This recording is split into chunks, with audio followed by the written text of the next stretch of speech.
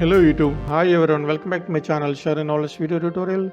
In this video we are going to show you how to show desktop icons in Windows 10 or 11. If you want to add desktop icons, this PC, recycle bin, my documents, my network, control panel and more, you can follow these steps.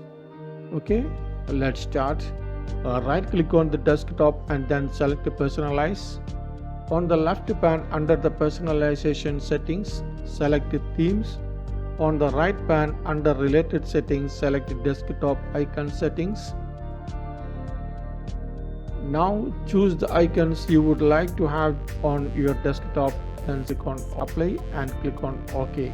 That's it. I hope this video helps you. Thanks for watching and supporting. Please don't forget to hit like and subscribe. Your contribution is more confidence to us. If you have any issues, so please let me know in the comment section below. Please don't forget to subscribe my channel for more useful videos. Once again, thanks for watching and supporting. See you in next video. Bye. Take care.